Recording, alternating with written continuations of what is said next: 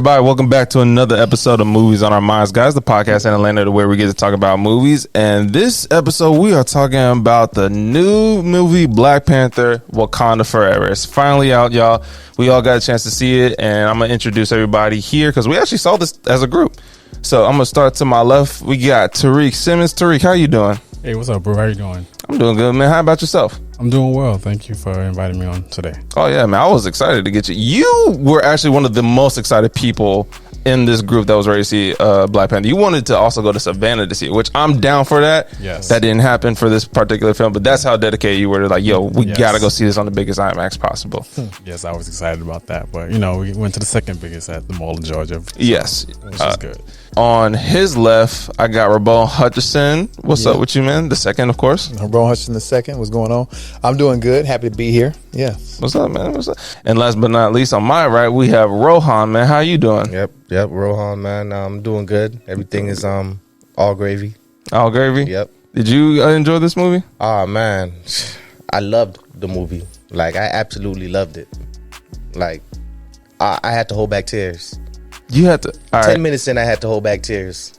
This is the part where we are going to jump straight into it. Get into it. And Rohan, let's start with you, man, since you were already talking about it, man. You had to hold back the tears for this one? Man, I had to hold back tears, man, when they had, I don't know if you guys realized, but they had the part of the movie start before the movie started. You know, usually when the Marvel movie starts, they have the intro, that bumper with the Marvel sign come up and you see. Yeah, they had the tribute with Chad in it and everything. Yeah. That was very, I mean, yeah. Yeah. That was good. I think that would have been, that was good right there. Yo, and when it was after the funeral, when they showed that intro and all the images in the Marvel sign were all Chadwick. Yeah. And it was so quiet, you can drop a pin in the theater and hear it. Bro. This got you in the feelings? That got me kind of emotional. You know what I mean? Mm-hmm. Like, I held back tears at that point. So. Okay. So you really liked it? Oh, yeah. I really liked that part and the rest of the movie. All right. What about Tariq? How'd you feel? I didn't hold back the tears. Them shits was rolling. Oh, really? Them shits was rolling. I love that it was a dedicated film to Chadwick. Mm-hmm. And I loved how they did that.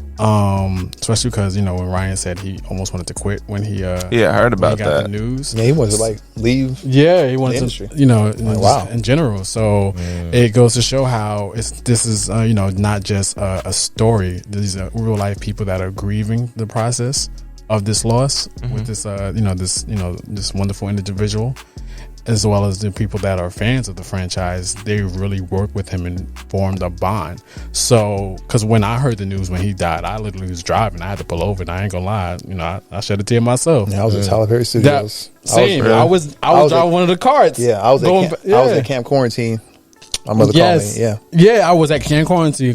We had just wrapped, and I remember my boy Glenn. He texted me. He's like, "Yo, Chadwick died." I was like, "Stop lying," because you know how sometimes people say somebody have passed away as a rumor, or like, you know what I mean, things like that. I'm like, stop! Don't play with that man's life. And for me in particular, when we was in quarantine, I saw when Chadwick posted the video that he dedicated to Jackie Robinson, and I saw it when he dropped it. And in my mind, because we was going through a lot of trauma and that stuff, I'm like, oh, wow, he lost, you know, a lot of weight. In my mind, I'm like, I'm hoping this is for a role. That's what everybody thought. I'm like, I'm hoping this man is not sick. And what was fucked up, so it's French. What was fucked up about it was people were teasing him online. And then months later, when TMZ showed the picture of him in the wheelchair being rolled out, my heart dropped. I'm like, damn, he's sick. That wasn't, you know, a movie role. Right. And then when to get the news, I was like, damn. You know what I mean? So seeing this movie in the first 15 minutes, like Rohan said, just put you in the feels. It brought back the emotions. Tears was rolling throughout the film. So I ain't going to, I took it out later on, but I let it go. You know what I mean? But overall, I enjoyed the film. I liked the film. And I've seen it twice so far. I'm gonna go back and see it again. Of course I had my different gripes on different things, but overall I really enjoyed the film. The second time around, it didn't feel as long as the first time. Okay. I was like, oh wow, it's over. But I had a good time watching it, and the acting was phenomenal. You can really tell that these actors their emotion were brought out from this grieving processes into their role and things like that. So, how'd you feel about this? I liked the movie. It was good, and I thought it was a good way to like memorialize him in that sense. Like, I thought that was cool. Okay, I feel it. I like the fact that y'all really enjoyed this. I might have to be in the minority as to say, like, I wasn't feeling this movie, to be honest. This was one of those movies to where it was just like, I was going into this, I actually got what I was expecting, to be honest. I knew that they were going to play hard on the fact of Chadwick's passing. They were going to pay a huge amount of tribute to him. But to me, I was going into Black Panther 2 wanting to see the continuation of the legacy of the character of T'Challa. And all I got was the memorial of Chadwick. And to me, I feel like that's fine. Not just fine, but it's just, I'm sorry, I think they should have recast it. Plain and simple. Yeah. Because I put it down to somebody plain and simply. You did it with you recasting Thunderbolt Ross. Man, we're gonna get to Thunderbolt Ross too, but I was saying that they should have recast it because, of course, we're going to talk about spoilers. But bringing in T'Challa Jr., as I like to call him, TJ, to me that doesn't count as a full recast. Well, since you brought that in, I mean, they did recast. They recasted him with a 6-year-old boy, which, in my mind, kind of convolutes things. You're gonna have to work harder now. Do you feel as if they should have recast it, or you think that it was? No, cool? They should have definitely recast it. They should have done that. Okay. So for me, I said I didn't come to see a 3-hour film pay tribute to an actor. No offense to memorial, Chadwick. you didn't come see a 3-hour memorial. Yes, like we got that when he passed. It was all over the news. There was a 2020 ABC tribute that was about 2.5 hours with all the stars, his family, and everything getting together talking about it. That was that. Yeah. But Black Panther 2, I feel like they had to remind us about that. And yeah, we've actually talked about that, where it's like, rest in peace, the man passed away. It's been like a year and a half now, almost. About 2 years, because he did 2020. Okay, yeah, so like 2 years now. So, I mean, at this point, people have grieved already. And then to see this again on the film can be what they call the buzzword now is like, it's triggering. Yes. Almost like, I already got through this, and then you're putting it back in my face. Right. And some people were saying, like, but that's just how everybody feels right now. So it's like, in a sense, you're trying to connect to the people who are feeling these emotions right now. And to me, it's like, I didn't come to the theaters or to this movie to feel this type of way. I came for the escapism. I wanted to go back to Wakanda. I wanted to see the leader of Wakanda, continue on to fight whatever other obstacles that come his way, especially as a king. There's all these things that we had a great build up to, but at the end of the day, we let it die with the actor. And I think that personally is a disappointment. And so I said, like, I came to see a film on how they continue the legacy of the character while still honoring what came before, which is the actor. But by killing the character because the actor who portrayed him passed away does not honor his legacy, in my opinion. So to recast and to continue the stories of which he would have wanted to tell, because I'm pretty sure, I don't know Chadwick personally, but I highly doubt he will want this franchise to die with him. And I say the franchise because at the end of this movie, I said, you guys need T'Challa in this. Well, he wouldn't want the character. Yeah, like he understood the franchise. The character, yeah, the franchise holds on that character. Yeah, exactly. At the end, I told somebody, I was like, just watching a Batman film without Batman, which has been done in different ways, but they knew how to not focus on Batman. Like, if you want to call it Joker or Gotham Knights, you know what you were coming into. But it's almost like calling this still Batman without Batman. And at the end of the movies, who was still in that Joaquin Phoenix Joker movie? Bruce Wayne was still in there. Yeah, it was. So, the stories that would reach not only Black people but those that love the world and these characters. So that's how I looked at this. And I don't know how y'all felt about this. Did y'all feel as if they were cool with how they went about it? Do you feel as if they needed to recast? I'm going against the grain, and I didn't want to recast for this particular film and this particular set of cast members. I do want a remake of the entire franchise going forward with a whole new T'Challa and a whole new cast. See, when you say remake, like how would they have gone about that? So for example, when you guys mentioned Batman and things like that, like in our lifetime, we've had 6 different Batmans. We've had about 5 different Supermans, 3 different Spider-Mans. 3 right? in the same movie. 3 Peter Parkers in the same movie. In terms of, and also franchises, right? So for me, unfortunately, due to Chadwick's passing, we're unable to finish this particular franchise with Chadwick as leading the helm. So I what I want is for them to finish their trilogy the way it is, and I would like to see a whole remake of it. And right now, that's going to have a remake of the whole MCU because, like, now this is all connected, unlike those previous films. Right. But this is the thing: what saga are we in right now? We're in the multiverse saga, right? So now you can go to a different universe and have a whole new Wakanda.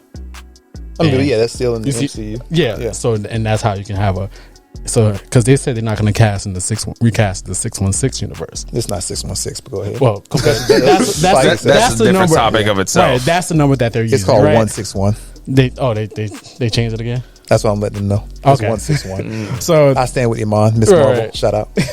So that's what they said they're not going to cast in that particular universe. So in another universe within the multiverse saga, I would love to see a whole new set of Wakanda actors and a whole new T'Challa.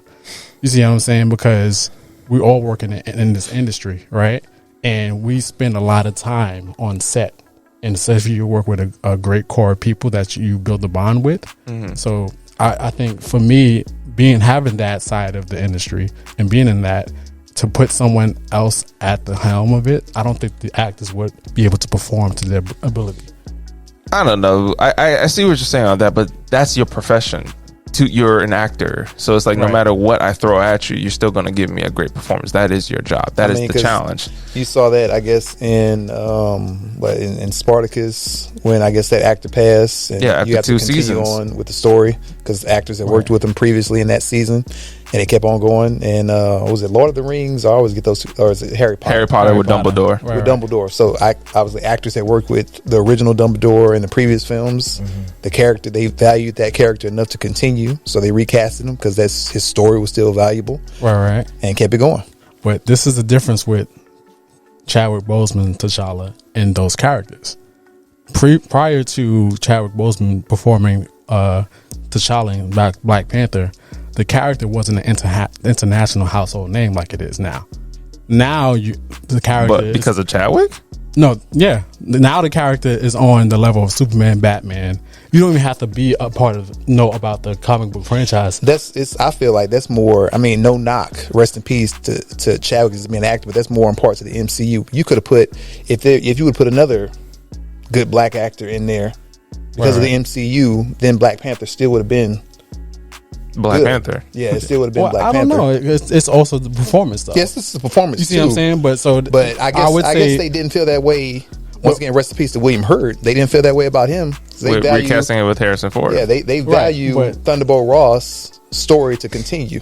But Thunderbolt Ross, the character, is not on the level of what Black Panther is right now. But then also too, you have that these people who work with him are grieving too. They're still human. Yeah, and you can't dictate on how they process this. They could have had a meeting amongst themselves, like, "Yo, I don't want to have another actor." It's probably exactly what Coogler said. You see what I'm saying? So what Ryan Coogler said. He was probably somebody that said, "I don't want to recast for this role." And they could have spoken to all the other people involved, and they said they didn't feel comfortable with that. So that's not something we're privy to, but we also have to think these are human beings. And everybody agrees differently. And he was at the verge of quitting directing. So we can't, So when I heard that, I said, now that was Michael B. Jordan that did pass. I could really see that. I could see that. And then I could see Coogler being like, I knew he was. I didn't know he was as close to Chadwick as that was. I didn't know that. I thought it was just that one movie. Right. Yeah, but with him and Michael B., that was this, Not to compare, obviously, out there, but it's just that's the thought that came to my mind. Like, really, Chadwick would be the one to, if you have that connection with him, that friendship, you never know. Rohan, What about you, man? Do you feel as if they should have recast it? I never put any thought into that until now, and I think with the certain, circumstances, I feel like they did a really great job. If they had recasted, maybe the movie could have been a lot better. I will say this. You said that you wanted to see the Black Panther T'Challa's legacy continue. That's the important thing for you. I will. The people who surrounded him, I feel like they really stepped up, and the other actors, everyone else, his Angela Bassett, you know what I mean? Lupita, she's the MVP. Yeah, like we're gonna get to that. They carried this movie well. Winston Duke. Mm-hmm. Yeah, Winston Duke. That dude was hilarious. You know what I mean? So everybody got their chance to shine, and it was an ensemble of great characters, and I guess it did it for me. It really did it for me. So that's the way I feel. I feel that. I want to dive right into the story of the movie. One thing that me and you were talking about off camera, Rabon, was that the title to me doesn't fit the film or the storyline, as in Wakanda Forever, because the majority of this film is about Telecon. Yeah. And how they kind of overrule Wakanda in a sense. Yeah, I don't like the way Wakanda was getting shitted on. Yeah. Did you notice that, Tariq? Oh yeah, we had a conversation of. Yeah, I didn't like that at all. Like Wakanda getting shitted on. And you basically kind of using, once again, it almost kind of can get into like a deeper thing. It's like, say if Black Panther and Wakanda Forever is like black culture, whatever, using black culture as a stepping stone for everything else. Because then that's all this movie really was. Outside of being a memorial to Chadwick, it was a stepping stone for Namor, a stepping stone for the Ironheart series. Oh, Ironheart. What is Ironheart? What is that going to be about? It's about Riri Williams. And she's like a child prodigy, and then she develops her own armor and everything. She was kind of inspired by Tony Stark. And so that's her? That was Riri Ironheart? Yeah, that was Ironheart. Okay. Yeah. I see. Yeah, I feel like a lot of these Marvel movies are stepping stones. There were some things I didn't like about the film. I didn't like her suit. I actually liked her suit. I thought that looked like a Power Rangers. It looked too Power Ranger-ish. Yeah. But Namor, I really liked Namor. I liked his generals or lieutenants. The dude with the hammerhead shark Atuma, and then the female Namora, too with the flower plume looking thing. Yeah, bro, they were really good, bro. The fight scene on the bridge, man. I remember. That shit was amazing. Are you saying, Rabon? I remember seeing the previews, like, since I was on doing a part of the stunts and everything for it, I would see Okoye training with I can't think of the actor's name right now. That plays Atuma, like training and everything like that, doing the rehearsals and stuff. Did you enjoy working on the movie? I did. It was mixed feelings, honestly, going back to it, because I was part of the first one as background and everything, and I was like, okay, for this second one, I'm going to be SAG, I'm going to be on the stunt team or have a role, one or the other. I will be in the second film, and I end up being in the second film in a much larger capacity than the first one. But obviously, we get the news about Chadwick's passing, and it was just like, it's a different movie that you worked on. It's a different thing. And so when I'm going back to the film and working on it, and not having him there, or not even having a T'Challa presence, and then obviously knowing everything else in the film and how this stuff kind of works, it really just becomes like Namor's film, because he's the next big thing in this. You should feel like this could have been called Black Panther: Rise of Telecon, almost, or like Wakanda, Namor and the Wakandans, or something like that. I can't even put Wakanda in this title. Like, first of all, the thing I didn't appreciate about that was there was no expansion on Wakanda compared to the first movie. As in, like, we're not seeing anything new since the first one. No new locations, no new defenses. The doors had that little taser at the end of the spear. That wasn't the first one. That's not. That's Wakanda forever for us. That's I agree with that. No, I feel you. I know exactly what you're talking about. I see what you guys are looking for. The series, it stood still. It stood still. It didn't advance, Wakanda. No, it really Black didn't. Panther. It didn't advance anything. It stood still and just had an enemy pretty much come out of nowhere. It stood still and let everybody else step forward.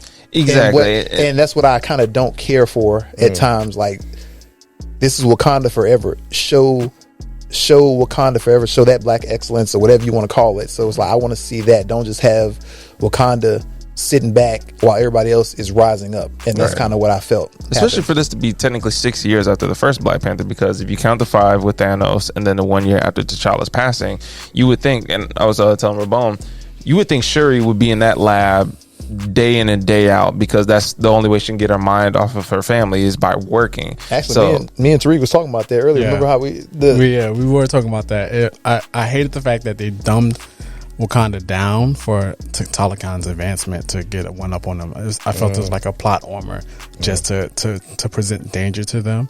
And going to what you just said about Shuri, remember Shuri was snapped away according to she was. Infinity she got dusted. She got. So, but I mean, so that year when she came back, like we were talking about off screen, when Thanos, you see that threat, you should advance your weaponry. And because those 5 years. Yes, because even like outside of Shuri, you have other scientists there. Yes, like Shuri's not the only genius in Wakanda. I mean, she's highlighted, but I'm sure there are other plenty intelligent Wakandans there. Yeah, what'd you say about MIT earlier? Because they say it in the film. Basically, MIT is one of the most prestigious colleges in the country. Yep. But for Wakanda, they was like, this is the equivalent of a village school.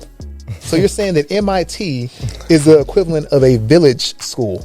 Right. So basically, almost make it sound like a dumb Wakandan or a low performing Wakandan is like a B+ student here, or A- student. That's right. That's low performing for them. Come here and then they're just you're just a B+ student or A-. Yes. Right. So you have a whole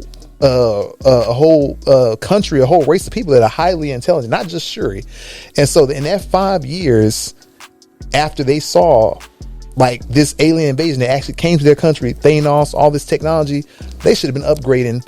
Boom! Then within the 5 years, within those 5 years, and honestly, they would have been upgrading the same way Shield and the World Council system was upgrading after the attack on New York. Because granted, it didn't happen to them, but they saw that on the news. Right. So they see that now. Maybe Wakanda knew there was aliens. Maybe they didn't. I don't know. But now everybody knows that there are aliens. That there are otherworldly beings out there and other technologies. So from that point on, they were already more advanced than the rest of the population. So once you saw that should have kept you advancing even more. Actually, I think what would have been better for this film in particular, and I think they started off strong with this, is if the United Nations and other nations all around would team up to go against Wakanda to steal vibranium. Like maybe they were inspired by Claw or something in the first film. So you remember the beginning of this one where they were at the United Nations. Yeah, the United Nations, and they were talking about Wakanda says that they have all this resources, vibranium, whatever. Yeah. So it's like, what's up? You gonna share with us? Like, no, you know why? Because this is what y'all do. So it's like they kind of put them on the spotlight. I mean, and it's very reflective of the culture. It's like, who are you to tell me that I have to? You're gonna come to my house and demand that I give you my resources, right? Yeah. These are I don't have to give you anything. If I choose to give you something. That's fine, but you can't demand I give you my things. And so when Wakanda offered to help, it's like, I find that interesting because then you got these nations coming to them like, we're disappointed with your behavior. Like, now that I think about it, you could have cut that out the film because that's not integral to the story. The story is about Namor and Telecom versus Wakanda, but I'd rather them expanded on that more so. I think they're alluding to part 3 for that. I think how nations are going to try to like. I believe that part 3 will be that the nations will get together and try to invade, especially because they were talking about destabilization at some point, especially with Shorty Val, his ex-wife. And we all know it's the history of like them destabilizing African countries and everything like that. Exactly. And Namor said it at the end of the movie. He said that the whole world is turning against Wakanda, and when that happens, they'll have no one to turn to but them. Yeah. So you're talking about Namor? Yeah, Namor said that at the last lines. So I feel like that whole thing is setting up for part 3. I don't like it when superhero films do that. I don't like it when y'all are throwing something in just to set up for another one, because that shows me y'all focus is not integral to the story of which we are telling today. Y'all are focused on tomorrow instead of today, and that can be very annoying. Well, so you didn't like the UN stuff? I mean, I feel like it showed. I liked it, but I just wish we had more of that. I wish that was the story, because I feel like that would have showing Wakanda on the world stage, and that's Wakanda right forever. And yeah, exactly. That's what it Wakanda would have forever. been, because everybody would have teamed up. They would have joined together. Like, what we did not really impact them, because it's Wakanda. They have defenses that are out the gate that we can't stabilize. Yeah. But if we continue to unify to go against Wakanda, by the end of the film, that's Wakanda forever to me. See, but I see them doing those setups as a complete story arc for a trilogy. Like you mentioned something that can have a payoff later. You see what I'm saying? So like, Do you even feel like they're gonna go against the United Nations? Yeah, because at the end of people? the first Black Panther, T'Challa said we will help, and give over the resources and things like that. So that decision was very influential in this sequel. that scene. Yeah, You see what I'm saying? But that worked because that was what was going on between Killmonger and T'Challa. Like, that was an internal conflict within them. So that's why that matched what they're doing. This in part 2 is just, we're throwing that out there because, yeah, we'll set that later. But obviously, we're more so about Namor and Wakanda. And to me, that's why it's just like, I don't like it when y'all just. But that decision is the reason why Namor is beefing with them. You see what I'm saying? Look, one thing, another issue that I have, I don't know how underwater they got all its information, how they, technology to see what's going on in the surface world anyway. But because they, they look very primitive. How they got TV and such like that. That's the telecom society really didn't seem like that advanced as a society. So how did he know? I mean, they just really kind of almost seem like a ancient society that's just living underwater. You don't see any vehicles around. You're not seeing any. I mean, you see a little bit of technology with the water bombs, but it's like, you're not seeing other technology around that leads you to believe that nothing. Maybe this was a bit confusing for me visually, but like everything that Namor had was apparently vibranium. Yes, I have my own. I don't want to say I have my own, but you kind of shown in the first Black Panther what vibranium could look like in different ways, shape, or form. But I never looked at it like the things that Namor is wearing has vibranium. I guess like some of those beads around his neck that look like pearls, but they kind of had a metallic look. That could be vibranium. The whole necklace too. The whole because some of it had like gold looks to it, but it could have just been colored differently. But I guess they just know what vibranium. I could let this slide because I was like, he did, because you saw he was clearly wearing. There was a lot of metallic objects on him. Yeah, like that whole necklace and his gauntlets on his wrist, his belt, and so clearly he's wearing a lot of metal and stuff like that. So but with that being said, I think they were setting this up because that decision in part 1 is the reason why Namor was beefing with him in the first place, because he decided to say, this is who we are. He exposed the world to vibranium. And they, according to them, they didn't know that vibranium was underwater, and they didn't know about the civilization. They honestly, like, the world at large really didn't even know about vibranium. Like the U.S. government knew about it because obviously they knew Cap's shield had a little piece of it, but they didn't know about it at large. They didn't know, like, say, how abundant it was. They just thought it was something, well, this is just very rare, and there was a piece of it, and we don't even fully know the full aspects of it because all we used it to do was make a frisbee. Right, back in the 1940s. I still don't understand how he got that piece of vibranium in the first place. It's like low key, that could almost allude to like Azuri. He was the Black Panther during World War II. But this goes back more into the comic because when Captain America fought in World War II, and he went over to Africa to try to stop a Nazi invasion, he had already found out that the Black Panther there, Azuri at the time, T'Challa's grandfather, T'Chaka's father, had already stopped it.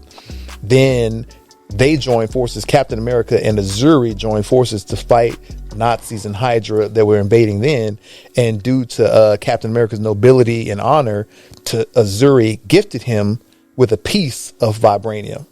And then Steve Rogers took that back to the States, and then they made the shield, and then that's how adamantium was later made and everything like that. We're getting real deep into that stuff. But that's how he got it. So, but in the MCU, we don't have clearly.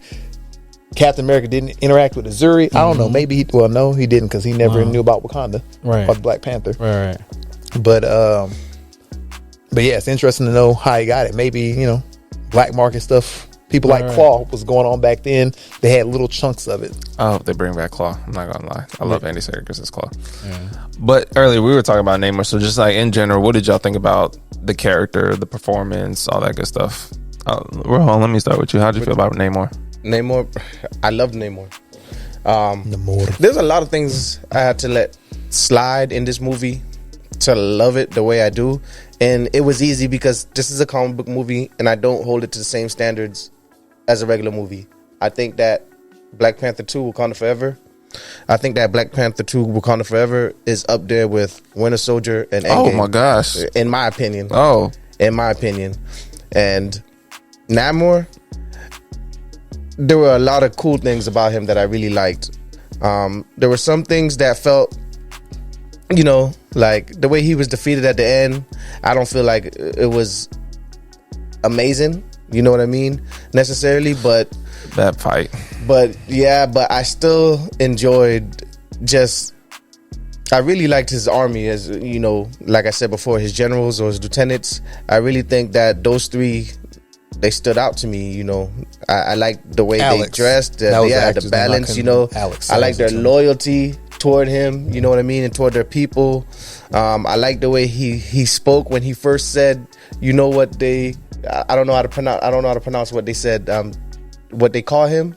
Some people call me Rabon Hutcherson II. Yeah, that scene was cool, man. Yeah, that scene was cool. I like that. I like the names that I'm hearing. They sound very cultural. It doesn't just sound, I mean, that comes from Aztec culture. It comes from Aztec culture. Yeah, Kukulkan, he's like the underworld, or like, if you die at sea, something related to that and everything. So yeah, it comes from actual Aztec culture. Because they were like sirens or mermaids that. That was the whole thing. That was the whole siren call. People didn't know what that was. I feel like they didn't explain it, but I'm pretty sure that it's kind of culturally known, the whole siren call that mermaids do or mer people do. Before they kill you. So yeah, man, this shit, man. I'm telling y'all, I enjoyed it, man. I really enjoyed it. So, okay. Yeah. What about y'all? What y'all think about Namor? I enjoyed Namor. For what I like the cultural changes of him and things like that, because I know there was another issue between like going with the source material Namor and versus this. I understand because the Aquaman came out, there was a whole thing about the whole Atlantis, so that's why that was very influential in why they changed that. I do like that they used the Aztec Mayan culture for that. I like the fact that he's not necessarily a villain, similar to Killmonger. He was more so about, defending his nation and the integrity of it. His, I will say, made more sense to me than Killmonger, but that's a different story. He was Mexican Killmonger. Yeah, he is the Mexican Killmonger. Right. But at least he doesn't kill his own people. See, Killmonger is an extremist, though. Mm-hmm. Yeah. You see what I'm saying? I mean, well, Namor's an extremist, too, if you're talking about they're both extremists and stuff like that. And Killmonger is pretty much like the homie. You know what I mean? By any means necessary. He said the homie? Yeah, the homie tribe that was enslaving their, Africans. You see what I'm saying? It was Killmonger was more so, I'm gonna kill whoever I need to accomplish this larger goal. He was just on a not psychotic, but on an extreme thing. I'm gonna sacrifice my own brothers and sisters to get this goal. But you can't say you want to save them if you want to if you have to sacrifice them at the same time. But that's the thing about a villain, because like going with Thanos, like. You can say that with Magneto. Magneto, I know that's kill his own people unless they are truly a threat to him. But if they're just like standing right here, and Magneto ain't gonna and say, well, I mean, they were in my way, so I had to keep on going in order to get to XYZ. But I'm saying that's a lot of villains are extremists in terms of what their views are. Like even with what's his name, Zod in Man of Steel. Like he was gonna, try to kill Superman if he didn't, want the preservation of Krypton. He was a true force within his way in order to gain whatever his goals were. But Killmonger, to me, the biggest scene that really stood out to me in the first one was when he had his lady friend and she was about to, not even about to. Claw had her with the gun, you remember that? And he was gonna be like, I'll shoot her, whatever. And she was like, no. He was like, it's okay, baby. And then he ends up shooting the woman. But the woman's on Killmonger's side. Yeah, just collateral damage in his eyes. Mm-hmm. That's That's that's what villains do sometimes. You know what I mean? Like they'll kill people in their own army and things like that because they misspoke out of turn. Well, then you have to give me a different goal. Said rain fire. He didn't care. Right. He's like, sir, our troops. He said rain fire. Like that's what makes a villain versus the protagonist. You see what I'm saying? They, whatever their cause is, they're gonna go to by enemies. Their goal is the ultimate thing. Yeah, it's the ultimate thing. So collateral damage isn't really part of it. It's not a part. If like for him in his eyes, oh, you got caught, you're weak to me. You see what I'm saying? Like that could be multiple things. Like you can't.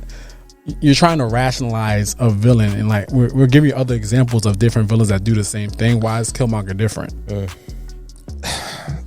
Speaking of Killmonger, what did y'all think about his cameo in this one? I loved it. I loved it. I loved that he was in all white. Yeah, I thought it was amazing. I really wanted to see.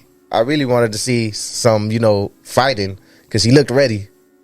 Yeah, I did like his get up in this one. It's cool to have him there, but I didn't like the fact that he was dead. He should have lived. He should have lived. Yes. I was hoping, honestly, they would have went in that direction where resurrecting him or he never died for this situation. He could have easily not have died. Yeah, because like in the first movie, I would have loved for him to have a redemption arc where he takes the mantle. And like they really discussed like, okay, your views were kind of skewed, and like he's redeeming himself to be a better person and take up possibly that could have been at the end. As a matter of fact, you see what I'm saying? My two ideas for the end credit scenes I had were Ironheart. We'll get to her, but at the end of the day, she didn't really need to be in the movie. I understand how they wrote her in, but it's like you could have rewritten that to where she didn't have to be in. And the end credit scene could have been something to where as if like we either need help or there's somebody out there of which we heard or whatever, and then you basically see the Iron Heart shape on the ground, kind of like at the end of Infinity War when Nick Fury called for Captain Marvel and then the device landed and it's the Captain Marvel symbol. You could do something like that and that leads into the Iron Heart show. Or instead of Ironheart, it could be Killmonger to where it's like we still need some sort of a leader or something like that. And then they go off and then they see Killmonger, you see the dreads, or just something to initiate his comeback in a sense. Because me and you were talking in the first one, the way he died, he did get stabbed, but one, he had the herb within him, so there's many possibilities of him surviving that. As soon as he can easily heal from that. So as soon as he takes it out, it gives you healing factors. So right, it's not like he was beheaded or dismembered or blown apart. He got stabbed in the chest. He pulled it out. You're in Wakanda. We can take out. I mean, even T'Challa even said it. We can save you. Yeah.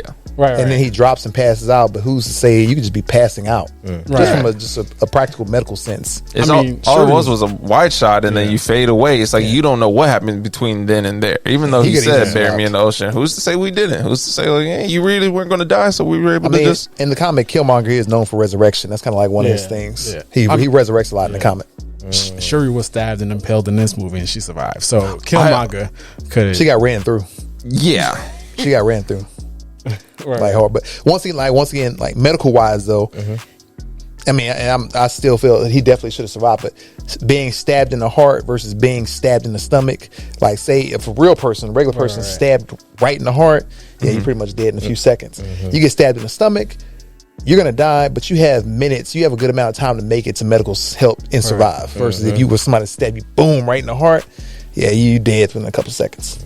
That's why I don't think he was stabbed in the heart. Because he had a whole conversation. I mean, I mean, but the whole thing he was close. He was enhanced with the herb. So he should have survived. They're in Wakanda's. It's like he should survive. He should have survived. I would have. My theory prior to this, because I had a couple theories for this film, was like if he was dead, she can create the synthetic heart or herb, go to the astral plane, seek out Killmonger, and resurrect him. Or he never died in the first place, and it'd be something like to the end where she goes to the prison and things like that, and he's there.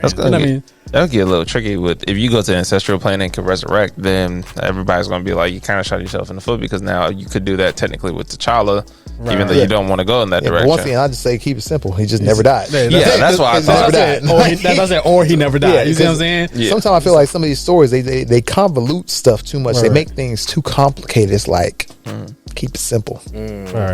I will say I did kind of like the build up to him in a sense with Shuri saying that she has all this rage and anger within her, which was very similar to Killmonger, to the point to where when she saw, not even when she saw him, before that, she was saying that she will want to see the world burn, which is exactly what Killmonger said in the first one. Down, yeah. So when we see him in the ancestral plane, and she's like, "I'm nothing like you," and he's like, "On contrary, this is what's in your heart. You did call upon me, even though you didn't mean to." And then something that a lot of people didn't even notice was that as soon as she gets back, she's rocking the Killmonger colors for her Black Panther suit, not even T'Challa's. I even think, if I'm not mistaken, she held up the T'Challa helmet, or the original Black Panther suit helmet, and then put it down. She held up the Civil War helmet at one point, and then put it down, and then turned around and said, "No, I actually want to wear that one," which is Killmonger's colors. I peeped that from the gold, from the trailer, from the teaser. Okay. That it was gold, hints of it. So I was like, okay, maybe it could be more than one Black Panther. She may don it, and then they can pass it to Killmonger. You see what I'm saying? Because that was a representation of him when he had the gold and black. T'Challa was just the purple and black. So that's why I figured he was going to make an appearance in it from jump. So I peeped what you saw as well in terms of that choice. What'd y'all think after she donned the suit and was kind of like telling M'Baku, "You're gonna do what I say"? I didn't like that. That was off-putting. That was off-putting? That was off-putting. Yeah, that was off-putting. I didn't know what to make about that. But like I said, that was one of those things that I can tune out and enjoy the movie. But it was off-putting. It looked like it was off-putting to him, too. You know, it was like... I didn't really think much of it. You were just like, eh.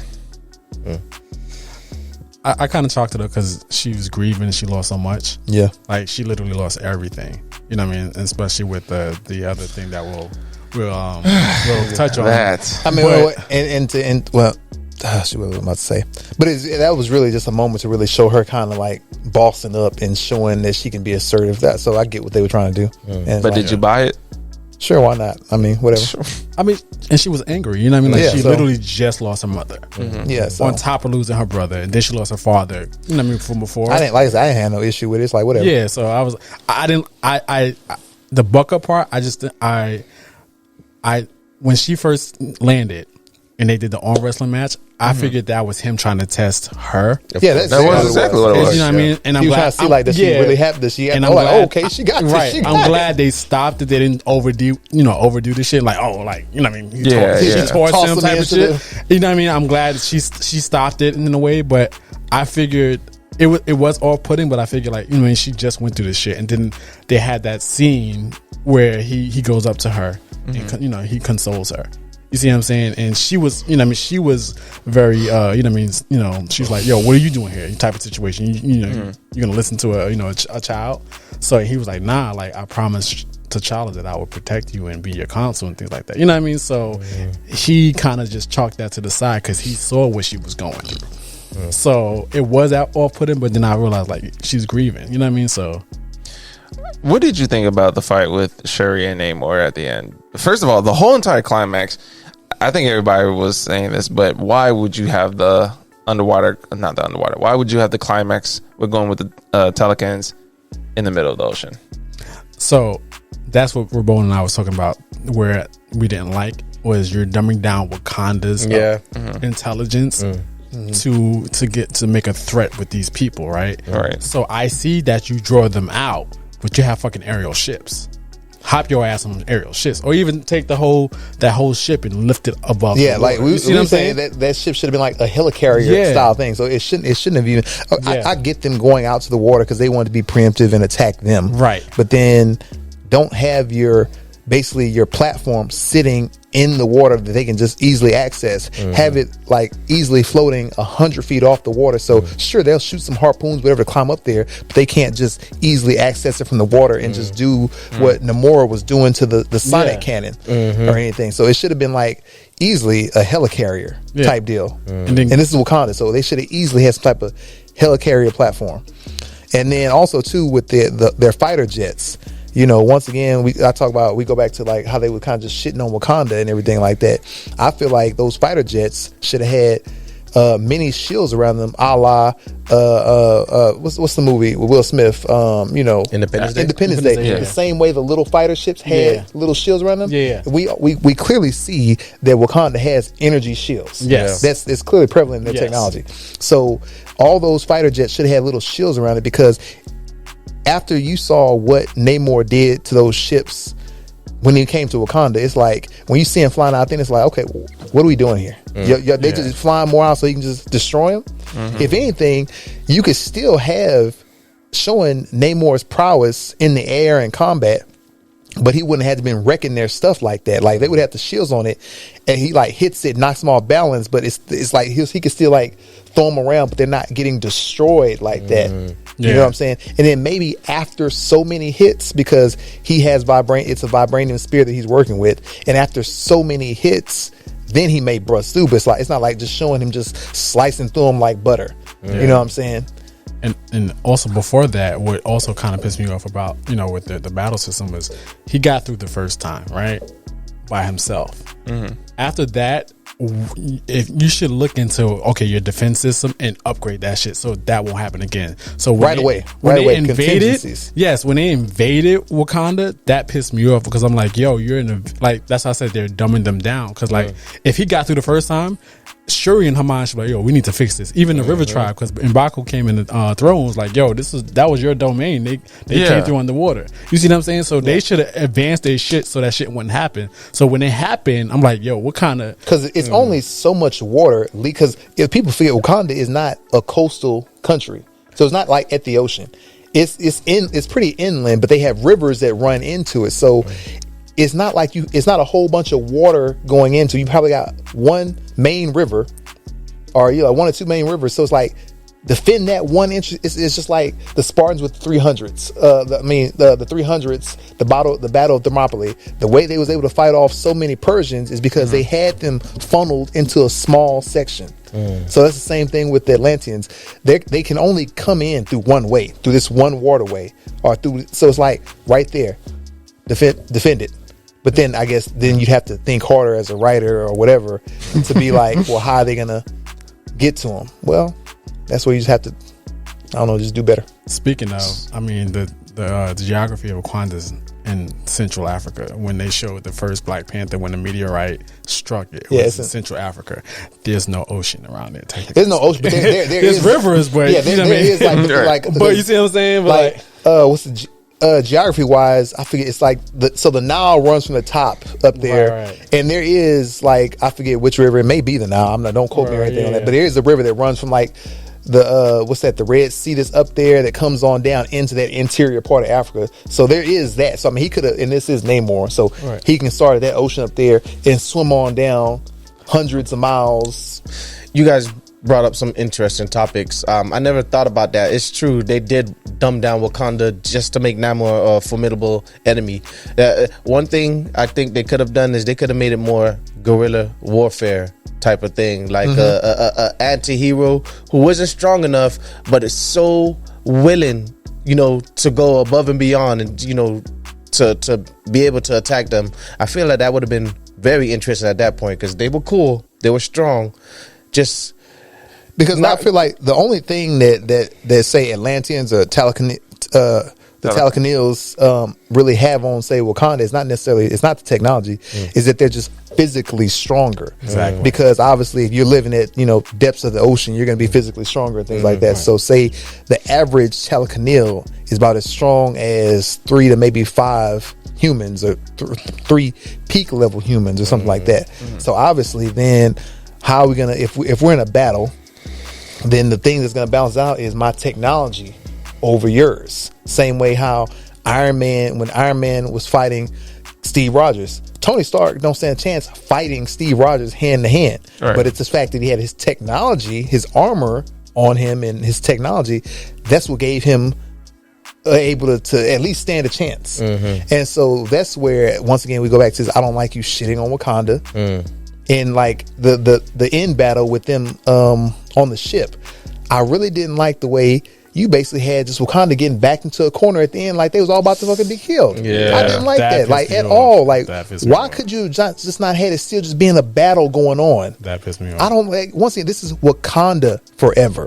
Stop using like the like a black culture like that to prop up everybody else, to show how strong the Talakanils are, to show how strong this other culture is. Okay, we see they're strong, but it's like that end scene right there, I did not like that, with them getting cornered up. It should have been 3 Midnight Angels: Okoye, Aneka, and Io. Florence needs to get that's what I was trying to. Io, played by Florence. But that should have been. So you got 3 Midnight Angel armors. You got a Ironheart armor, and then just have just the overall advanced technology.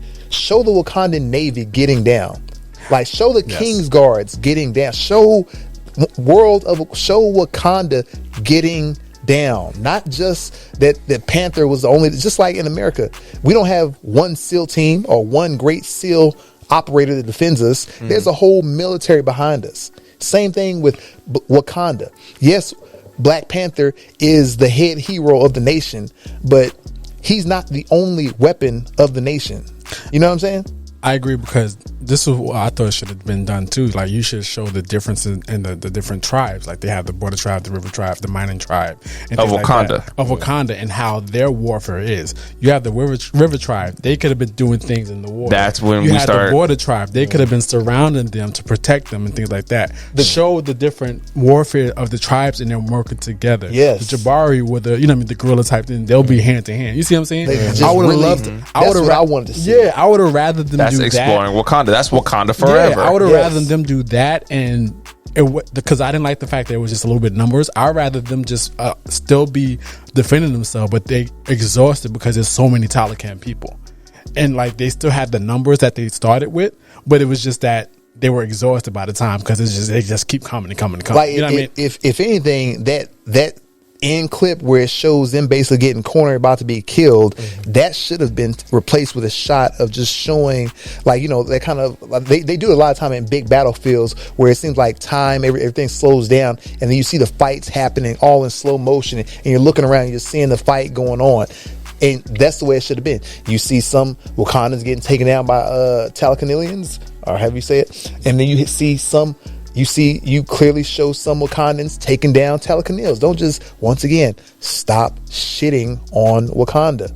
And like, there were several times where Namor would say stuff kind of like just shitting on Wakanda that I just really didn't like. Once again, this is Wakanda's movie. This is my movie. You're not going to come to my house and just be shitting all on me. Or kill my mother for that matter, but we'll get to that. Yeah, don't that part. So like when he says something, when he says something to the effect of, I have more soldiers than there's blades of grass and everything like that, as if don't underestimate us in thinking you can, like, I wish Shuri would have said something like that, like, you'd be a fool to underestimate us, something right there, like, or no, Ramonda should have said that. Nope, I'm gonna get to that too.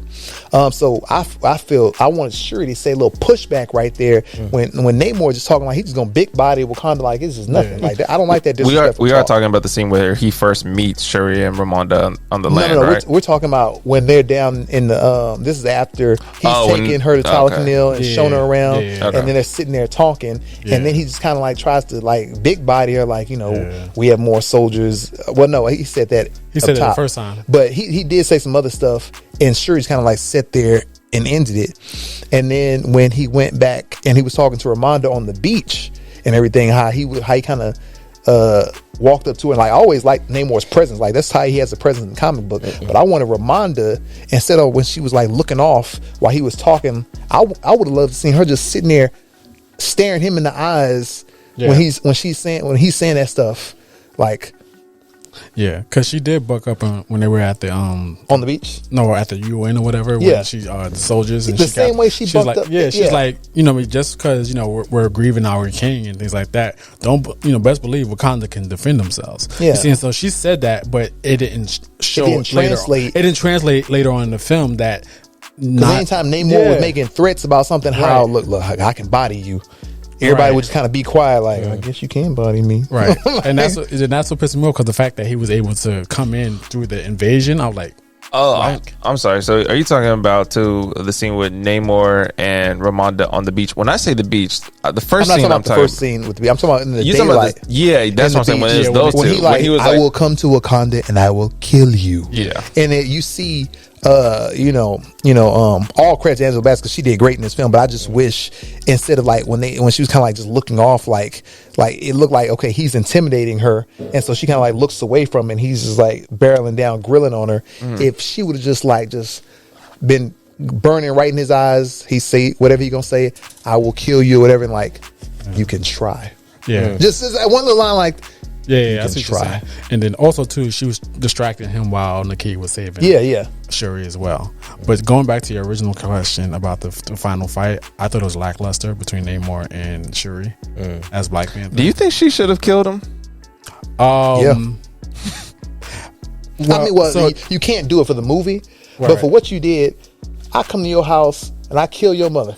We gonna be cool?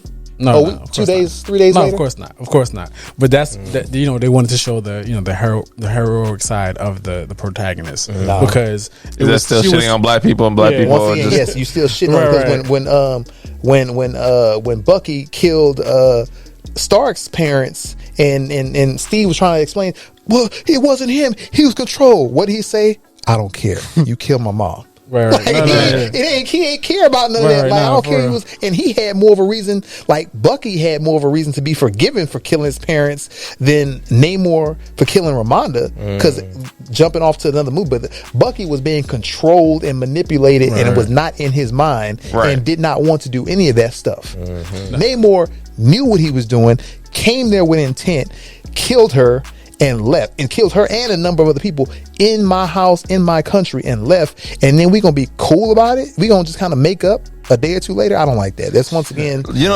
speaking of that, let's just get straight to Ramonda and the part that when me and you saw this at the Atlanta premiere, the whole entire auditorium screamed no, and it was a pissed off no. It wasn't like no. It was like no, y'all, no, this is not real. Y'all did not do this. Because in the comics, I mean, she's still alive. Once again, I get it. Things change from literature, but still, it could have stayed. She could have been. I was gonna say whether she does die or not in the comics, it's like for the story that's being told. Because we're talking about comics, we don't have T'Challa in our movie, and Baku is a friendly guy that you can go to for advice. But I mean, we've already had enough death. I feel. So that's what I'm saying. We had enough death already, and then for you to kill off Ramonda, Angela Bassett, one of the strongest aspect of the film. I didn't care for that. I didn't care for that. What about you, Rohan? How'd you feel about her death? Bro, it came left field. I was not expecting it, and I was just like, damn, another death. I thought it was good because you weren't expecting it. You definitely weren't expecting it from that standpoint. But I feel like she was definitely up there as the strongest characters in the movie. You know? I feel like because I get why you did it. You use her death to spur Shuri on, whatever. I think that's what we did in Civil War. Okay, but whatever. But I feel like if anything, if you want to do that, she could have just been severely injured, comatose, at the brink of death, not necessarily dead. And then she wakes up at the end. Yes, and so that's still going to piss you off to find out somebody did this to your mother, to a loved one. You're still going to go after them just as hard because this person could be paralyzed, dead. You don't know what they're laying up, fighting for their life. So that emotion is still going to push you to go after them. You go after them. Maybe in the process of going after them, you find out that she has survived, that person has survived, and you realize, okay, you know what? I'm going to stop because now I'm happy that I can get back in there. That I still don't like you for doing what you did, but to go into come to my senses. So to go into the kingdom, kill the queen, and then be able to make up a day or two later. That just doesn't vibe with me too well. Like it just. I was gonna say too. One thing I didn't like about Ramonda's death. There's a couple things actually. One, she died for saving Riri Williams, which already to me is not a likable character. I want to talk about her later because her introduction. I thought Riri was fine. I mean, she wasn't necessary for the movie. No, I liked her character. I thought she wasn't necessary for the movie, but whatever. I liked the character. I didn't like her suits. I liked her suits. I didn't mind the suits, and it was pretty much to me was just going back to the Iron Man, and the first suit is the garage and shit suit and but her suit was not looking like her. But hold on, we'll get to that. Anyway, but before that, I wanted to talk about the Ramonda's death situation. Yeah, so for me, it caught me off guard, and I felt like it was a hat on the hat type of situation because she already going through everyone was mourning T'Challa's death, right? And especially with her because she couldn't physically save T'Challa. And that's what they started off with. She was trying to save that character. Right. So that could have been something with her that she was battling the whole time for her heroic journey. To kill her mother, I understood because I thought the Ramona's death was a hat on the hat type of situation and wasn't necessary. But I do get it that all superheroes have a lot of loss, no matter who they are. Yeah, but you don't want to keep throwing that in there because eventually, like, here's the thing. Nobody, I don't want to say nobody. Some people may have out there, but for the majority, nobody cried over Ramonda. They were just agitated. They were furious. I don't know if you were doing that so people could feel like Shuri, but Shuri was initially saddened by that, but nobody felt saddened. Everybody felt as if that was unnecessary. But I actually like that idea with what Bone was saying with if you put her in a coma, because on top of that, when she does make the heart-shaped herb, it can go to her mother, so she feels as if there is that balance. Like there is something that she was able to accomplish because she wasn't able to do it with her brother, but she was able to do it with her mother. So that would even added more layers to her arc towards the end. I agree, but I also think it was a behind the scenes type of situation. I think Angela might be done. I mean, she could have requested, because if you think about it, like a lot of these actors are in these contracts for Marvel for a long period of time. She has her own show. She's not like, you know what I mean? Just I feel like there's another way the character could have left as opposed to her being. I mean, she should have been more relegated to the background of the story and not really having to come out and do much. Yeah. And I feel she got only need one scene in Black Panther 3 or just mention her if that's the case. But don't kill her off. This is not the time to do that if you even want this to be impactful. As a matter of fact, I really thought this, to me, if they had killed Shuri in that fight when she got impaled, I would have said, Marvel, y'all got balls to kill off the whole Wakandan family. Like, execute them all. That would have been very disrespectful right there. Like, so first off, you're not going to let you... not going to recast. Once again, it goes back to shitting on stuff. And, you know, it's like, you shitting on all this black people stuff. But once again, I mean, I don't mean to bring this up to be disrespectful to rest in peace William Hurt and his characters. But it's like, but yet, here it is, the old white man character. You ready to bring him back right away. Because they're like, we have more story to tell. We didn't get to Red Hulk. Yeah, we have. But in all honesty, going back to the kind of the recasting thing, emotion aside, how you feel aside, the only reason why characters are recast is because you see value in their story. That's why a character is recast. Whether I'm not talking about universes, I'm not talking about, but that's why there's been so many Bonds, so many Supermans, because they see value in that character's story. You clearly see value in Thunderbolt Ross's story to immediately continue it on because you know his story's not on. T'Challa's story nowhere near being over. See the value. Damn near started. See the value in continuing the character's story. It's that simple. Like, that's it. See, I think of it as differently though, because I don't. Do you guys honestly think that this is the only time we're going to have that version of T'Challa ever? What do you mean? I see what you're saying. There'll be multiple, but once again, it's like it's not. There'll be multiple. It's not. That's not. But for what I see it as, I think that they're just giving it time for it to last, because the other recasts you're talking about, those people besides Thunderbolt Ross, those people are still alive. They never had this tragic situation happen, and with the person, the closest thing is just like all the previous stuff side. Thunderbolt Ross is the closest example. Now, I'm not here to argue an actor versus an actor or a character versus a character who's more relevant, because they're both good actors and things like that. But it's like it's almost kind of slappish in the face for you to say all this stuff about T'Challa's character and not recasting them, but then as soon as it happens to this character, immediate recast. It's not even a discussion of should we do it, it's just immediate recast, immediate we value his story and there's more story to tell. But you don't see the hypocrisy in that. But this is the thing, you have to understand with the performers, the actors that have formed the bond with this person. That's like saying, well, then just let time go by more and then start the story. And that's what I'm saying. I think that's what's going to happen. I'm saying fill us off the trilogy with what they have. Let it work it around. So do you feel as if T'Challa is going to come into part 3? Speaking of that, what are your thoughts? Hold on. I'm going to say this right now and right here, so it's out there. Kang is a descendant of T'Challa. Through that time travel, this is how little TJ will be aged up, and then T'Challa will be brought back into the MCU. I'm saying it right now, so when you see it on YouTube and everything, gotcha. Rabon Hutcherson said it back in 2022. Who is TJ one more time? T'Challa Jr. Yeah, for those that know. know. Yes, Kang is a descendant of T'Challa. And obviously we all know Kang, time travel and everything like that. Yeah. And that's going to be used as a plot device to send little TJ, because obviously he's 6 years old. We can't wait around 15 years before we bring T'Challa back. I feel like he'll be through time travel. He'll go away and come back immediately as a mid 20 to early 30 something year old man. And that's how we restarted right there. And that's how T'Challa will be brought back. But once again, that's not like the true T'Challa, but that's a whole nother story. But going back to your original statement about the recast situation, I personally do want to see a recast, but I want to see a whole new cast of people. Because so how would that work? So then how do we get to that world of Wakanda and T'Challa while still having this franchise go? Which is, again, why I thought if they were... disappear. People but not even that, but I said we're in the multiverse saga. We can do. They're gonna bring. They're supposed to. What are we doing here in the multiverse saga? I have not really seen. They haven't them. explained that. So, but you can do whatever you want now, because now they brought in the Fox X-Men franchise and things like that with Patrick Stewart and things like that. You see what I'm saying? Now they're bringing in Deadpool and Hugh Jackman's Wolverine. So you can do whatever you want to do. You see what I'm saying?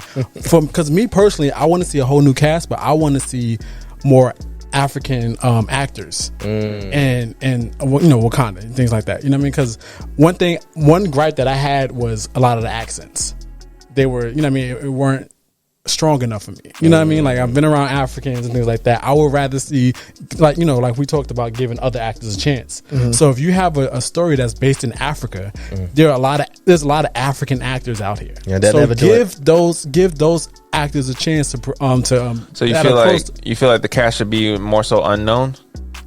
No, they don't have to be unknown to the American gaze. But there's actors in Africa. There's like a whole Netflix African, a lot of content. So like I have an idea. Like I think Tabang Malabo from Blood and Water could be a T'Challa. Like by the time they'll do it, he could be a T'Challa in his 30s, and then that way we can live with T'Challa. Because I want to see T'Challa go on to make the Wakanda planet. I want to see T'Challa in Storm, the Empire. The Empire. Yeah. I want to see all those stories. Like I want to see T'Challa is the smartest one in his family. Who which I like that they said.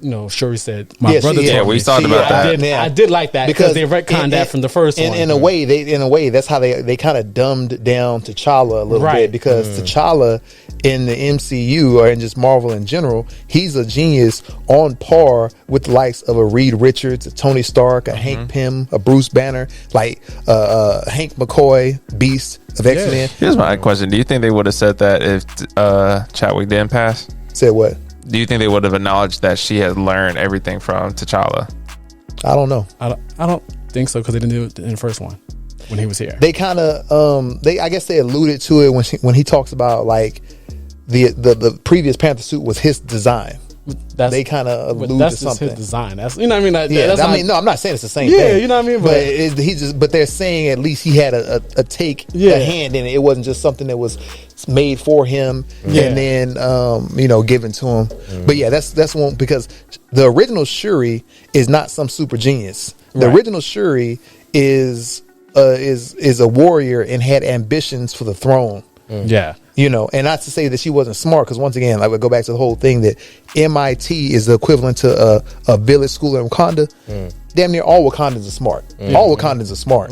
So that's what it seems like to a certain extent. So in the original appearance of Shuri, she wasn't this tech science person. She was a warrior that wanted to be the queen and wanted to be Panther. So when she became Panther, it made sense.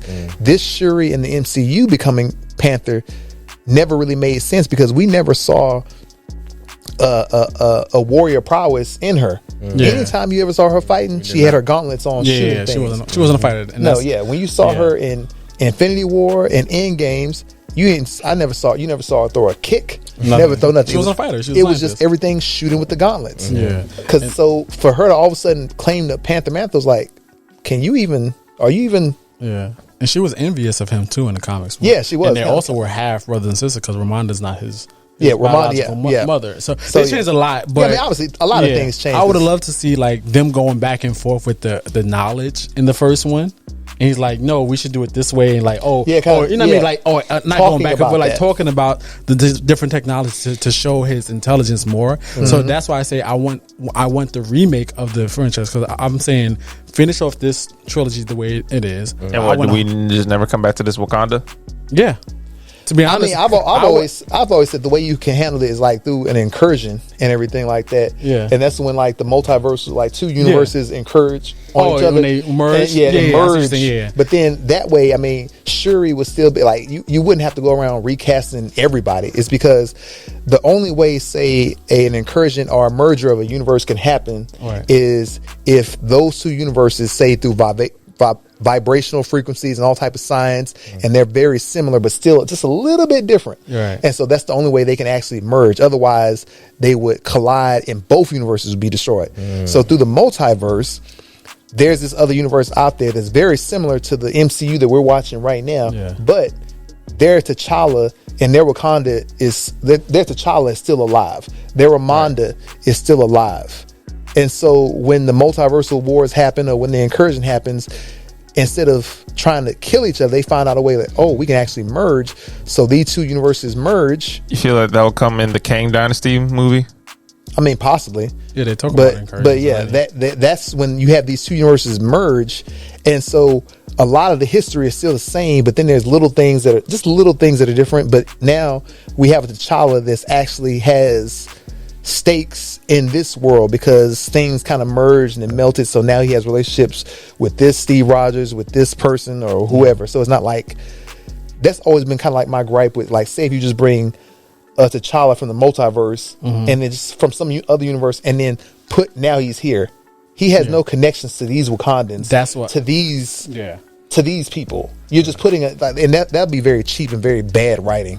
Just to take, this is T'Challa from this other universe 31-69, and now he's just here. It's like, I don't know any of you people. You're not my Shuri. I don't know any of you people. This isn't my Wakanda. Yeah, that's not our T'Challa. We don't know where this T'Challa came from. The people are like, who is that T'Challa? We don't know him. And that's why, so it's like, please don't do that, Marvel. Please don't. He could have Killmonger's mentality for all we know. Yeah, exactly. We don't know. Because I had a theory too. I was thinking, it was like with the multiverse saga, it was, since Shuri is smart, she discovers a multiverse and she travels to another universe. Same way Kang did. Right. And she's looking for T'Challa, thinking it'll be, Chadwick's version of T'Challa, but it'll be a whole different, actor as T'Challa. That sounds like what Scarlet Witch did in Doctor Strange too, when she was going for her children. But it's the same actors that are playing her children though. Yeah, I'm saying like in that idea, she wanted to get the children, so she just started going to different universes trying to find. Crazy with it. So I was saying, like, to introduce a whole new world of Wakanda, her and bridging the gap between our what we see now and the new one is her trying to see her brother and realize that it's not the same person. This is not my brother, even though there's a Shuri in that universe. This is not it. And then that's, as an audience, we would follow that version of T'Challa in the kingdom of Wakanda and just start off fresh. That was my theory initially to how we can bridge the gap between the two. Using a multiverse saga, and she's trying to find closure type of situation.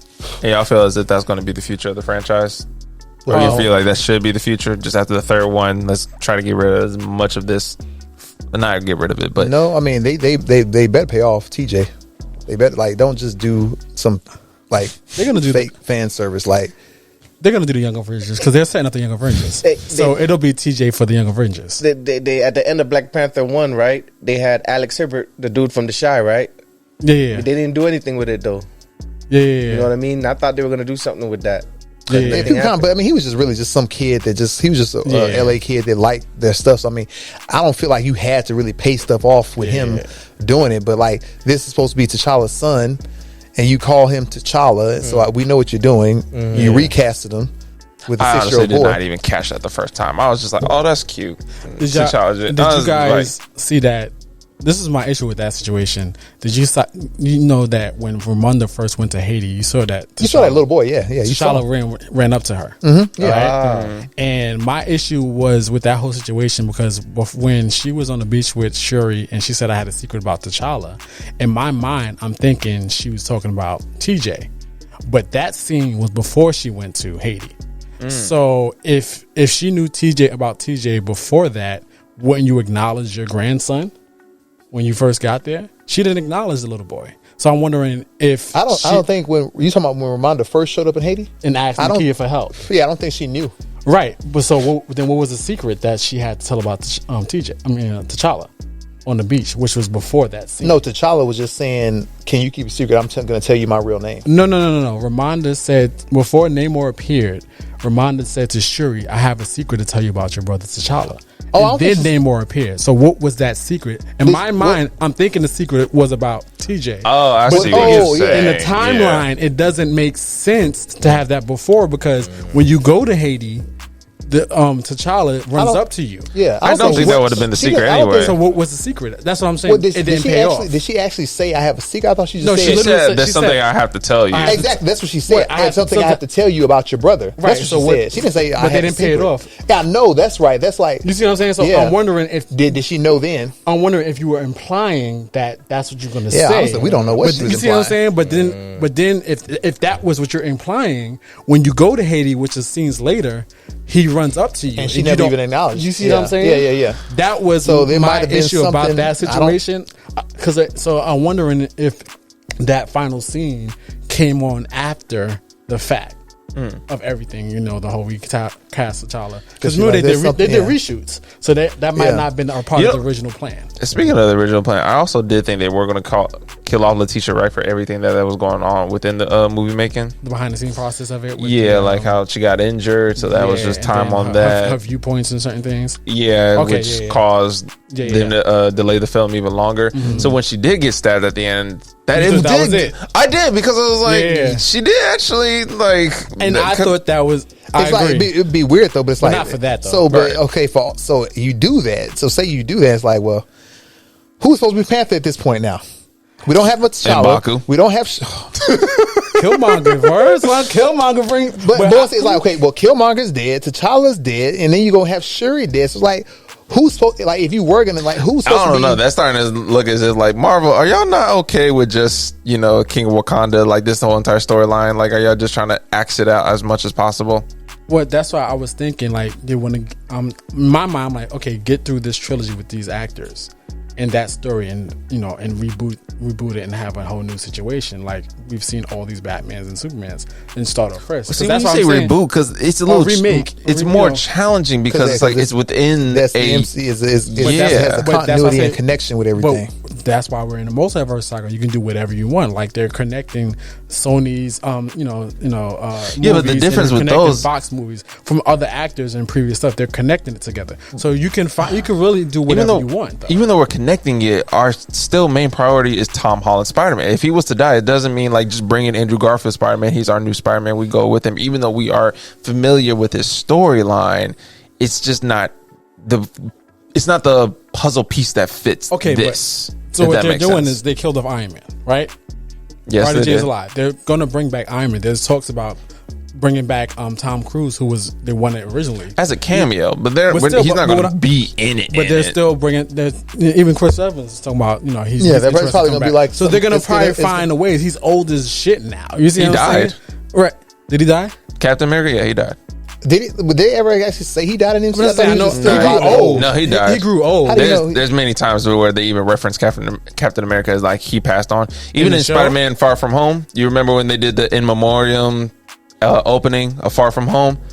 All the Avengers that passed away, Captain America was one of them. Okay, because he's old as dirt. Yeah. But you're saying, but they're still talking about bringing him back. You see what I'm saying? So it's a multiverse cycle. You can do whatever you want. That's what I'm saying in terms of remaking the whole thing. I feel like I feel like though it just seems like, say they bring RDJ or Chris Evans back in a film, it'll just be, for that film, for that moment, like this is just another a multiversal Captain America that came in, fought in this film, and then that's it. We're not going to go and follow that multiversal Captain America story. We're not going to go follow that multiversal RDJ's Tony Stark story. We're going to still stay in the main. Which that's what I'm saying, especially with the incursion, like you said, they're gonna with the incursion because they talked about it. But that way, so they can it just joins it together, right? And then now you can do a whole new Wakanda in that incursion situation where all the universes are collapsing one another, and then when they fix it, it fucks everything else up, and that new version can be the main continuities version. You see what I'm saying? Mm-hmm. After fixing this whole incursions thing. So I'm saying you can do whatever you want type of situation. So my thing is, I would want to see a whole new story of Wakanda and start off fresh. So, but I want to see what they're going to do with this one. And I just don't want them I'm curious. I'm not. Yeah, it's more of just a curiosity. What you gonna do now? Yeah, I'm just curious. I'm gonna watch. Like, you gonna watch? Well, yeah, I'm invested. Yeah, I'm invested. So yeah, I'm gonna watch. So M'Baku is gonna be the next Black Panther, though. I don't know about that. No, he's a king. Because you can have what's the difference? Because remember, T'Challa was the king. Yeah. It's always Ramonda was the queen, but she wasn't. And it's Black always Panther. Been like that. There's there can be separation, and even in the comics it was like that. Nah, in the comics it wasn't like that. Was it? But in the comics, if you the king, you the Panther. Oh, automatically. Yeah. So when Shuri became it, when she was queen, she was a Panther. No, but wasn't it? How does Shuri know how to fight? Because she was a warrior in the comic. Because remember when I'm in the movie. Because remember when Shuri became it, T'Challa was off world, and he still was king, and she just became the mantle on Earth. Well, yeah, but wasn't he still king? You see what I'm saying? Yeah, but he was the king of the empire out there, and she was still running it down there. But yeah, the whole thing is though, like, if you're the king, you're the Panther at the same time. If you're the queen, you're the Panther at the same time. Usually, the ruler is also I think they said it very well in the animated Reginald Hutland Black Panther movie, or series where they said Panther's you're the head of state, the president, and the Pope, and the Secretary of Defense all in one. Right. So you're the head of the state, you're the religious leader of the country, and you're also the head of defense. Right. But yeah, and that's partially another thing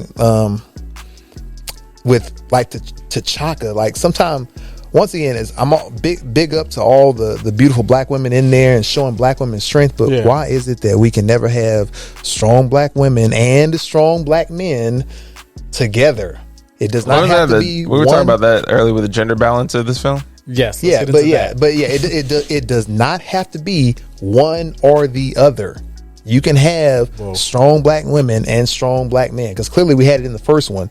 Like, the women, definitely. The fact that you have the Dora Milaje, which is a whole regimen, which is one of your most elite fighting forces in the entire country, is a women force. That right there shows we're paying tribute and homage to having strong women. And then you had obviously Nakia and there, Ramonda, and so in the first one it was definitely in there. In the second one here, I feel like it's like, goodness, does Wakanda have any strong men? that was my issue too. I would at least wanted them to introduce more black male characters, even from other tribes. Yeah, right? You had Kamaru Usman. Do you know who Kamaru Usman is? You mentioned the fighter. Oh, right? yeah, okay, yeah. He was, you had Kamaru Usman in there, who's like one of the best fighters in the world, former UFC former UFC welterweight champion at 170, one of the most dominating 170 champs that the UFC has ever had. And when he recently lost the title, it's not like he lost it because he was getting his butt beat or nothing like that. He was winning that fight up until the last moment when Leon Edwards, hey, sometimes you just get caught. It happens. But that still don't mean you're not a champion. But so you had Kamaru Usman in this film, and it's like you didn't even use that. Like, that could have been in the big climactic fight scene on the water. You feel as if like he was just visiting set that day, and they said, just take a COVID test, make sure you're clean. All right, cool. All right, come join with us. Yeah, when I heard he was on set, I never saw him, but I would hear about him being there when I'd be like, we would be training and stuff like that. Like, Kamaru Usman is one of the Navy admirals or whatever. But that could have been a great scene to show the Wakandan Navy, the River Tribe, getting down, fighting, and have Kamaru leading that scene, fighting and getting down. And if anything, honestly, I would have liked to seen the Hatat Zadaze. Do y'all know who the Hatat Zadaze are? Who's that? See, look at this. You're the fanatics, enlighten us. Come on. So the Hatat Zadaze are another form of the Wakandans military, like outside of, so you got the Dora Milaje, which is one elite group. Right. Think of say you got Navy, we got Navy SEALs, we got Rangers, we got Delta Force. We don't just have the Navy, we got Delta Force, all these other groups. So think about the Hatat Zadaze as that too. They're the secret police of Wakanda, but at the same time, they're a special ops group. Oh, the Ambu. Yeah, they're the special ops, but visually they are very stunning because they wear white Panther suits right? They wear white Panther suits with the glowing red eyes. They can go camouflage, think just like Predator. Camouflage. Nice. They can run up the sides of walls and everything like that. Do vibranium boots. Got the tactical guns, and like they don't fight with the spears, so they got guns. They tactical rifles, and you can have it looking very Afrofuturism with their weapons and everything. Yeah. So I would have had them introduced in this film, because with the snap happening, yes, and then 5 years of nothing, that would have been perfect time for Wakanda. Like, you know what, we have to revamp our security. All right, so like you have Kamaru Usman in there, one of the greatest fighter of all time. You got to show him fighting. You got to show him getting down. I would have easily had him be like the leader of the Hutcherson. This character called Akile. You go look up Akile in the book. Looks like Kamaru Usman, bald-headed black dude and everything like that. And who are the Hutcherson, as you may ask? Well, they are just another elite force of the Wakandans, just like the Dora Milaje. Okay, think the white Panther suits. I mean, this would have went perfect for, even if you're going with the whole memorialization. They're in the white Panther suits, the glowing red eyes, turn camouflage invisible, a la like the Predator, can run up the sides of walls and things like that because of vibranium boots. And the perfect reason or explanation for, well, where did this new fighting force comes from? Well, when they had that 5-year blip and they realized, like, you know what, and they had this otherworldly invaders, they realized we're gonna have to kind of revamping up things, and then boom, that's for these last 5 years they've had the Hutcherson part of their fighting force also. And honestly, that would have been even colder if in that opening scene, when those French mercenaries came to that place and raided that place, and those doors opened up, and then if you would have seen, say, Kamaru Usman step up in a white Panther suit with some red goggles on, and then you see that the white come across his face, the rest of the mask, and then you see two other eyes just light up in the dark and step forward, because people would have been like, what? Who is that? Because we already know who the doors were. It was cold to see the doors come through, like, oh yeah, the doors defending, but you would have been something. You would have seen them white suits come through, white Panther suits come through with them. People would have been like, what is? And then one dude run up on the wall the same way Zola, because that was the door that hopped up the top. But like one runs up the wall, like, what is going on here? Then you see one go camouflage, and then you see Kamaru just breaking them other. That's going to be something if we do see that World of Wakanda. Yes. I think I'm just saying that as if that's going to be the title of the show. I know we got to wrap, but I say that as the title because there was a comic called World of Wakanda, which essentially dealt with everything that wasn't T'Challa. So if you're going to have this new series, it should just be called World of Wakanda. And honestly, I'm putting this out there. Marvel, I hope you see this. Nate, Kevin, Coogler, love you, man. Saw you on the purple carpet. But if you put the series out there, World of Wakanda, it should truly, truly be an anthology series. Y'all know what an anthology series is, right? Yeah, of course. So each episode can be its own individual story. Each episode can be like essentially like an hour-long movie. So you have one episode dealing with the Hutcherson. You have another episode dealing with T'Chaka when he was young as the king. You could have an episode dealing with Azuri, the World War II Panther, T'Challa's grandfather. Have an episode just talking about the Dora Milaje formation, just the Doras and everything like that. I mean, it's so much. So you don't have to just do a normal linear story. Each story you can delve into, like, that's how you can delve into the past. Azuri, T'Chaka, the Hutcherson, all that. All right, y'all. We're clocking at a good time. We'll probably have to come back to this later on. We will. Yeah, we will. Remember, Rabon said it first though. Kang is a descendant of T'Challa. That's how they're gonna age up through time travel. Y'all heard it right here. Yep. But I want to thank y'all again for coming on Movies on Our Minds and talking about Black Panther Wakanda Forever. This was definitely a treat to get y'all opinions and y'all thoughts on this.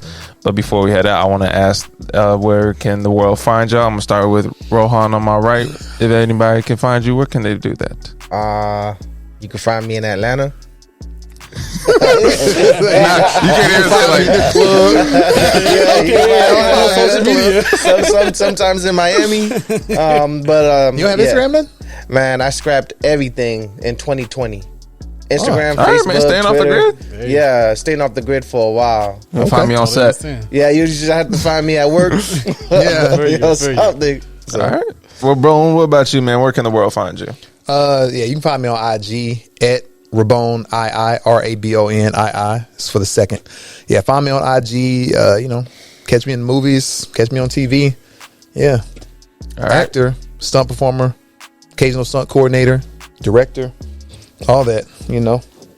Cool. All right, Tariq, what about you, man? Where can they find you? You can find me on IG. I'm at the Director Tariq, TheDirectorTariq. All right. And guys, you can find me on Instagram at I'm the Filmmaker. That's IMTHE Filmmaker. Guys, I want to know what y'all thoughts were on Black Panther Wakanda Forever. What do you think about our thoughts? Anything that we may have missed? Whatever they are, let us know in the comment section below. And guys, thank you very much for tuning in, and we'll see you next time. Yep.